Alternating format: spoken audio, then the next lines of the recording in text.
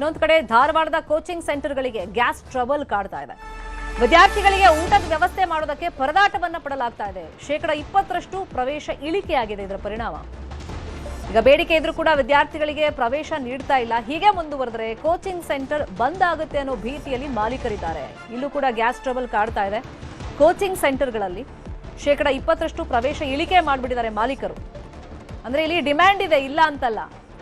Admission ಮಾಡಿಸ್ಕೊಂಡ್ರು ಕೂಡ coaching ಸೆಂಟರ್ಗಳಲ್ಲಿ ಈಗ ಯುದ್ಧ ಯಾವಾಗ ನಿಲ್ಲುತ್ತೆ ಅಂತ ಒಂದು ಕ್ಲಾರಿಟಿ ಇಲ್ಲ.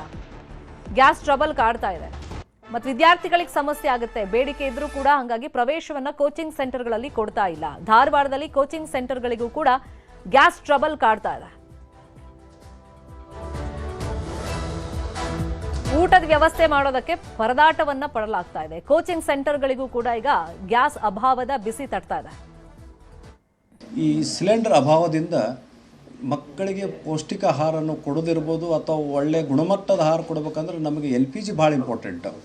LPG ಪೂರೈಕೆ ಕಳೆದ 1 ತಿಂಗಳಿಂದ ಬಹುತೇಕ ಅಸ್ತವ್ಯಸ್ತ ಆಗ್ತಾಯಿದೆ. ಇದರಿಂದ ನಮಗೆ ಹೆಚ್ಚಿನ ಸಂಖ್ಯೆಯಲ್ಲಿ ಅಡ್ಮಿಷನ್ ತೊಗೋಬೇಕಪ್ಪ ಅಂತಂದ್ರೆ ಈ LPG ಪೂರೈಕೆದ ಒಂದು ಟೆನ್ಷನ್ ಆಗ್ತಾಯಿದೆ.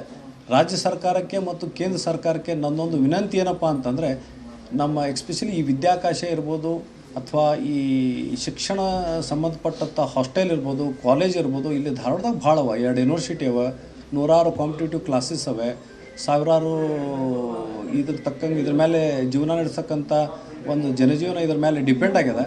ಸೊ ಮತ್ತೊಮ್ಮೆ ಮನವಿ ಮಾಡ್ಕೋತೀನಿ ರಾಜ್ಯ ಸರ್ಕಾರಕ್ಕೆ ಮತ್ತು ಕೇಂದ್ರ ಸರ್ಕಾರಕ್ಕೆ, ಈ ಭಾಗಕ್ಕೆ ಹೆಚ್ಚಿನ ವಾಣಿಜ್ಯ ಸಿಲಿಂಡರ್ಗಳನ್ನು ಪೂರೈಕೆ ಮಾಡಿದ್ರೆ ನಾವಿನ್ನ ಇದನ್ನು ಚೆನ್ನಾಗೇ ಮಾಡ್ಕೊಂಡು ಹೋಗ್ಬೋದು.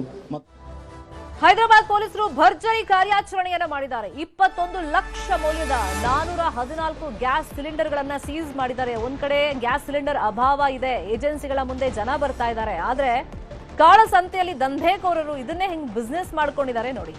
21 ಲಕ್ಷ ಮೌಲ್ಯದ ಸಿಲಿಂಡರ್ಗಳನ್ನ ಸೀಸ್ ಮಾಡಲಾಗಿದೆ. ಇದನ್ನ ಅಕ್ರಮವಾಗಿ ಕೂಡಿಟ್ಟಿದ್ರು ಗ್ಯಾಸ್ ಸಿಲಿಂಡರ್ಗಳನ್ನ, ಅದನ್ನ ಸೀಸ್ ಮಾಡಲಾಗಿದೆ. ಈ ಪ್ರಕರಣದಲ್ಲಿ ಒಟ್ಟು 10 ಮಂದಿಯನ್ನ ಪೊಲೀಸರು ಬಂಧಿಸಿದ್ದಾರೆ. 2 ಲಾರಿ, 2 ಬೊಲೆರೋ, 3 ಆಟೋ ರಿಕ್ಷಾಗಳನ್ನ ವಶಕ್ಕೆ ಪಡೆಯಲಾಗಿದೆ. ಕಾಳಸಂತೆಯಲ್ಲಿ ಮಾರಾಟ ಮಾಡೋದಕ್ಕೆ ಈ ಗ್ಯಾಸ್ ಸಿಲಿಂಡರ್ ಅನ್ನ ಸಂಗ್ರಹ ಮಾಡಿಟ್ಟಿದ್ರು ಅಂತ ಹೇಳಿ ಮಾಹಿತಿ ಇದೆ. ಖಚಿತ ಮಾಹಿತಿ ಮೇರೆಗೆ ಪೊಲೀಸರು ದಾಳಿ ಮಾಡಿದ್ರು. Metro gas agency owner Mohammed Aamir ಸೇರಿದಂತೆ ಒಟ್ಟು 10 ಜನರನ್ನ ಬಂಧಿಸಲಾಗಿದೆ. ಪಂಜಾಗುಟ್ಟ ಸ್ಮಶಾನ ಪ್ರದೇಶದಲ್ಲಿ ಗ್ಯಾಸ್ ಸಿಲಿಂಡರ್ ಶೇಖರಣೆ ಮಾಡಲಾಗಿತ್ತು. ಸದ್ಯ ಹೆಚ್ಚಿನ ತನಿಖೆಯನ್ನ ಈ ಪ್ರಕರಣದಲ್ಲಿ ಮಾಡಲಾಗ್ತಾ ಇದೆ.